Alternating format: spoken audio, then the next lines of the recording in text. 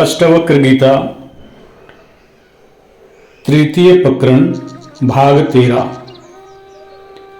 अष्टवक्र जी कहते हैं राजा जनक को, इहा मूत्र विरक्तस्य नित्यानित्य विवेकिनः आश्चर्यं मोक्ष कामस्य मोक्षादेव विभीषिका।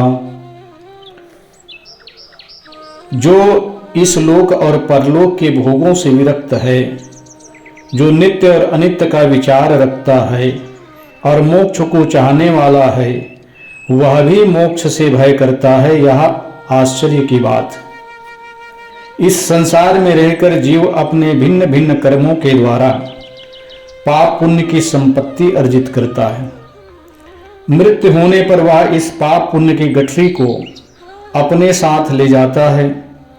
यदि पाप ज्यादा किए हों तो नरक का गामी बनता है, अर्थात नीच योनि को प्राप्त होता है, और यदि पुण्य अधिक किए हों तो उत्तम मानव देह की प्राप्ति होती है। अतः कर्म जीव की मुक्ति का साधन नहीं है। जो स्वर्ग की कामना करते हैं वे भी भोग की ही कामना करते हैं कि यहाँ स्वर्ग में संसार से भी ज्यादा सुख कर प्रतीत होगा, परंतु मुक्ति चाहने वाला इन दोनों प्रकार के भोगों से विरक्त रहता है। जो संसार के आवागमन से मुक्त चाहते हैं, ना इस लोक की भोग की कामना करते हैं, ना शरीर छूटने के बाद परलोक की भोग की चाहना करते हैं। संसार के भोग अगर नित्य है तो परलोक का भोग भी नित्य है, परंतु ये नित्य नहीं है। इनसे गिरकर यह जीव नीच गति को ही प्राप्त करता है। इसलिए स्वाभाविक है कि वे भी क्षीण होंगे ही। इसलिए वह सत्य रूप परमानंद मुक्ति की चाहना करता है। और ऐसी चाहना भी तभी पैदा होती है जब जीव आत्मज्ञान प्राप्त कर लेता है। जो जीव मुक्ति चाहता है, अपना कल्याण चाहता है, वह भोगों में पड़ता नहीं है, भोगों में आसक्ति नहीं रखता, और अपने कर्मों को वह सुधारते हुए मोक्ष गति को और आगे बढ़ता है। इस सूत्र में अष्टवक्र जनक से यही जानने का प्रयास कर रहे हैं कि तू आत्मज्ञानी है, इसलिए इन सांसारिक भोगों से तू विरक्त है। आत्मज्ञान के बाद दूसरा चरण मुक्ति का है। तेरे अंदर इसकी भी अगर चाहना है, फिर भी तू मोक्ष से भयभीत है, तो बड़े आश्चर्य की बात है।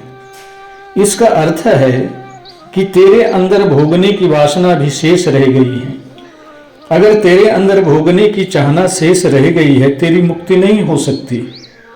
इसलिए जो भोगने की चाह रखते हैं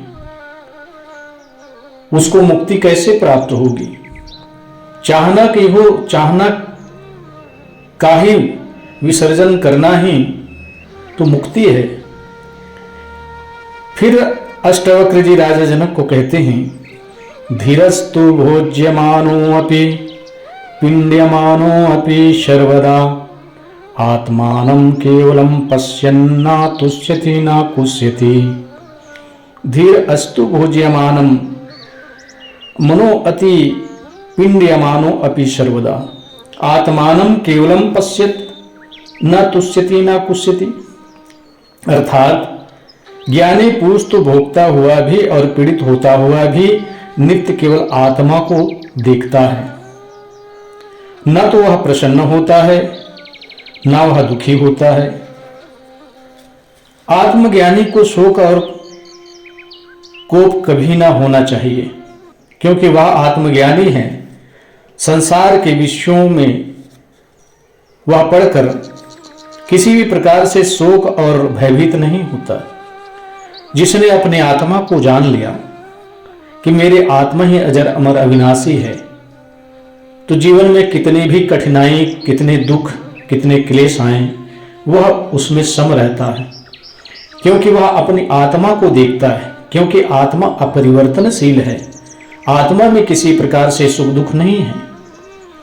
ज्ञानी पुरुष लोगों की दृष्टि में विषयों को भोगता हुआ भी और लोगों से निंदित और पीड़ा को प्राप्त वह भी सर्वदा सुख दुख से भोग से रहित केवल आत्मा को देखता है।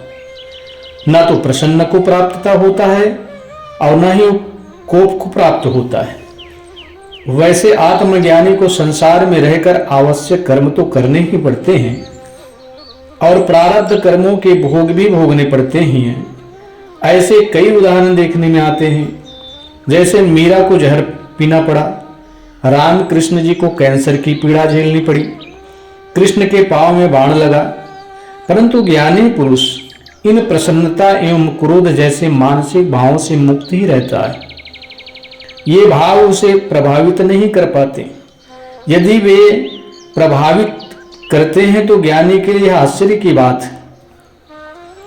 अर्थात जीवन में कोई भी दुख या तकलीफ आते हैं तो ज्ञानी उस पर ध्यान नहीं देते। वो जानते हैं संसार के प्राणी पदार्थ अनित्य हैं।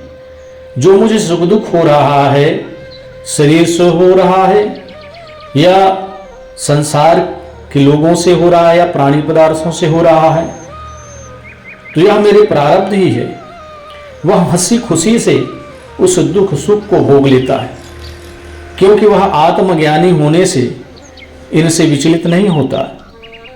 फिर अष्टवक्र जी कहते हैं, चेष्टमानं शरीरं स्वयं पश्यत्य अन्य शरीरवत् संसस्तवे चापि निंदायां कथं क्षुम्येन महाशयाः।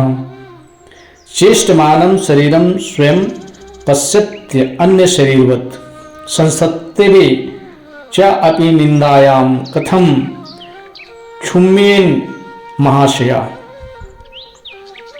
अपने चेष्टारत शरीर को जो दूसरे की भांति देखता है, वह महाशय पुरुष स्मृति और निंदा से भी कैसे क्षोभ को प्राप्त होगा। जिसने अपनी आत्मा को जान लिया कि मेरे आत्मा शरीर से भिन्न है, मैं शरीर नहीं हूं, मैं तो शुद्ध आत्मा हूं। आत्मा ज्ञान के उपरांत यह शरीर आत्मा से भिन्न ज्ञात होने लगता है। आत्मज्ञान हो गया तो शरीर भिन्न ही है, संसार प्रकृति से यह शरीर भिन्न है। क्योंकि जो अज्ञानी पुरुष हैं वह शरीर और आत्मा को भिन्न नहीं समझते। वह समझता है कि आत्मा शरीर सब एक ही है या संसार एक ही है।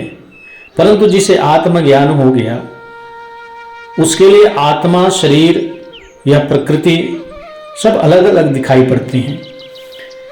ज्ञानी फिर भी आत्मा को अपना स्वरूप मानता है और शरीर को नहीं। आत्मज्ञानी अपने शरीर को अलग मानता है, अपने स्वरूप को समझकर वह इनसे परे चिंतन करता है।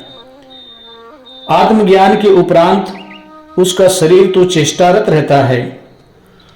शरीर के चेष्टारत रहने से उसे स्तुति और निंदा भी प्राप्त होती है, किंतु आत्मज्ञानी अपने को इस शरीर से भिन्न मानता है, जिससे वह निंदा या स्तुति से क्षोभ को प्राप्त नहीं होता। क्षोभ तो तभी प्राप्त होगा जब वह इसे अपनी निंदा व स्तुति समझेगा। जबकि ज्ञानी की नजर में तो स्तुति या निंदा किसी और के लिए होती है। जब यह अनुभव हो जाए कि शरीर और आत्मा अलग अलग है तो ऐसी ही प्रतीत होती है। यदि ज्ञानी को भी ऐसा क्षोभ महसूस होता है तो इसका मतलब है उसे अभी ज्ञान तत्व की प्राप्ति नहीं हुई है। राजा जनक को यही बात समझा रहे हैं अष्टवक्र जी कि जिसको आत्मज्ञान हो गया उसके लिए शरीर, आत्मा, यह प्रकृति सब भिन्न भिन्न दिखाई देती है। चाहे कोई निंदा करे, चाहे कोई स्तुति करे, इसे न हर्ष होता है न शोक होता है। अगर निंदा भी करता है तो किसी प्रकार का शोक नहीं होता। अगर वह प्रशंसा भी करता है, स्तुति भी करता है तो किसी प्रकार से प्रसन्नता नहीं होती, क्योंकि इन सबसे परे हो जाते हैं। यही आत्मज्ञानी का लक्षण है। परंतु आत्मज्ञान होने के बाद जो इस प्रकार से क्षोभ, दुख, प्रसन्नता महसूस करता है उसे आत्मज्ञान नहीं हुआ। फिर अष्टवक्र जी कहते हैं, मया सर्वत्रमिदं विश्वं पश्यन् विगतकौतुकाः अपि सन्निहिते मृत्यो कथं त्रस्यति धीर्धिया। अष्टवक्र जी कहते हैं, जिसकी अज्ञानता दूर हो गई है, ऐसा धीर पुरुष इस विश्व को केवल माया रूप देखता है और मृत्यु के आने पर भी वह डरता नहीं। अष्टवक्र जी राजा जनक को यही बात समझा रहे हैं, पूछ रहे हैं कि अष्टवक्र जी राजा जनक से पूछ रहे हैं कि हे राजन, तू कहीं मृत्यु से भयभीत तो नहीं है? वह समझाते हैं कि अज्ञानी के लिए तो संसार ही सत्य दिखाई पड़ता है। वह खाने पीने, हंसने खेलने, राग द्वेष, घृणा आदि सांसारिक साधनों को ही उन्नति का मार्ग समझता रहता है, किंतु जब जीव को आत्मज्ञान हो जाता है तो वह संसार को माया व भ्रम के रूप में देखने लगता है। वैसे संसारी मृत्यु से भयभीत रहता है कि इस योनि के बाद न जाने कौन सी योनि मिले, स्वर्ग मिले या नरक मिले। वह एक अनजाने रास्ते पर चल पड़ता है, इसमें वह मृत्यु से भयभीत रहता है। मृत्यु तो कटु सत्य है, एक दिन इस शरीर की मृत्यु होनी ही है, फिर भी मरना कोई नहीं चाहता। ऐसे अज्ञानी व अनजान डगर पर चलने वाले तो मृत्यु से भयभीत ही हैं, किंतु जब तूने ज्ञान पाने के उपरांत संसार को माया की भांति जान ही लिया, देख ही लिया, तो तुम्हें मृत्यु से भयभीत नहीं होना चाहिए, क्योंकि ज्ञानी तो कभी मृत्यु से भयभीत नहीं होता, वे तो खुशी से मृत्यु का स्वागत करते हैं।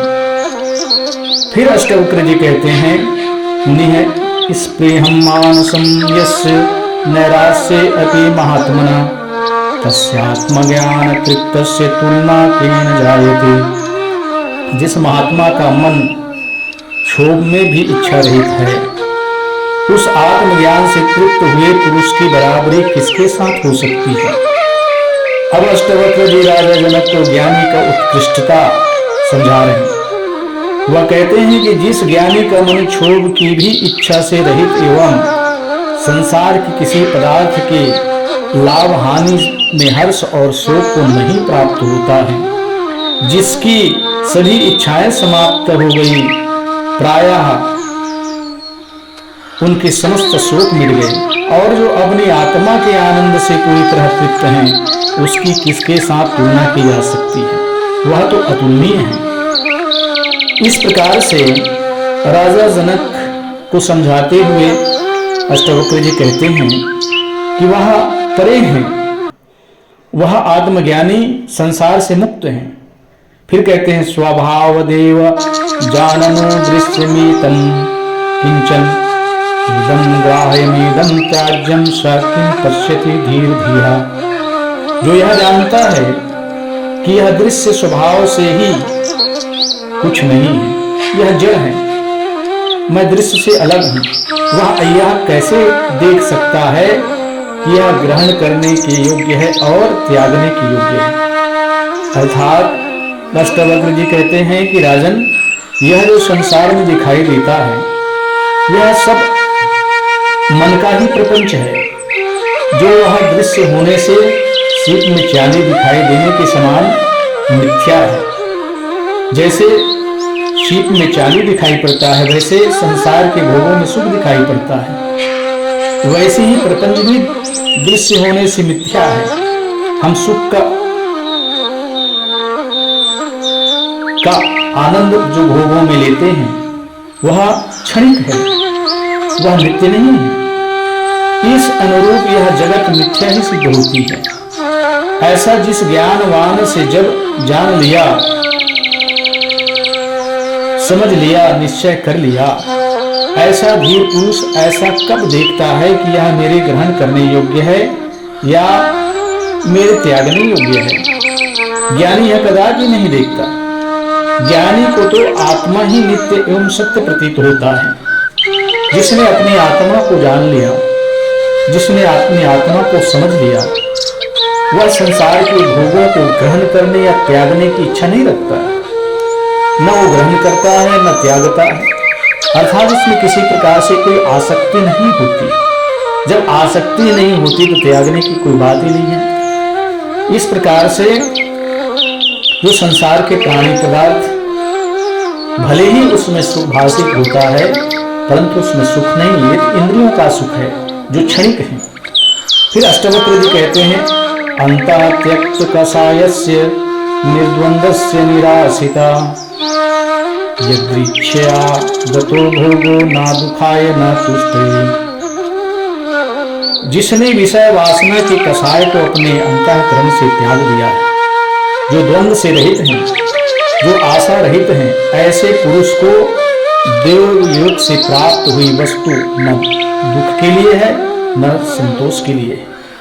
अष्टवक्र जी कहते हैं, राजन तू आत्मज्ञानी है, तेरे अंतर से विषय वासनाओं का सारा मैल धुल चुका है, तू द्वंद्व और आशाओं से रहित है, तो तुझे तो देवयोग से प्राप्त भोगों को ईश्वरीय वरदान समझकर ही भोगना चाहिए।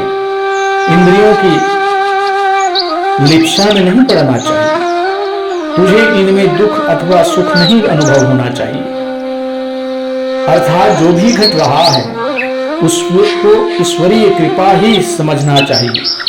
सच्चा ज्ञानी तो वही है जो स्वविवेक से जीता है, वह सांसारिक नियमों मर्यादाओं से प्रभावित नहीं होता। तो इस प्रकार से अष्टवक्र राजा जनक को संबोधन करते हुए कहते हैं, समझाते हैं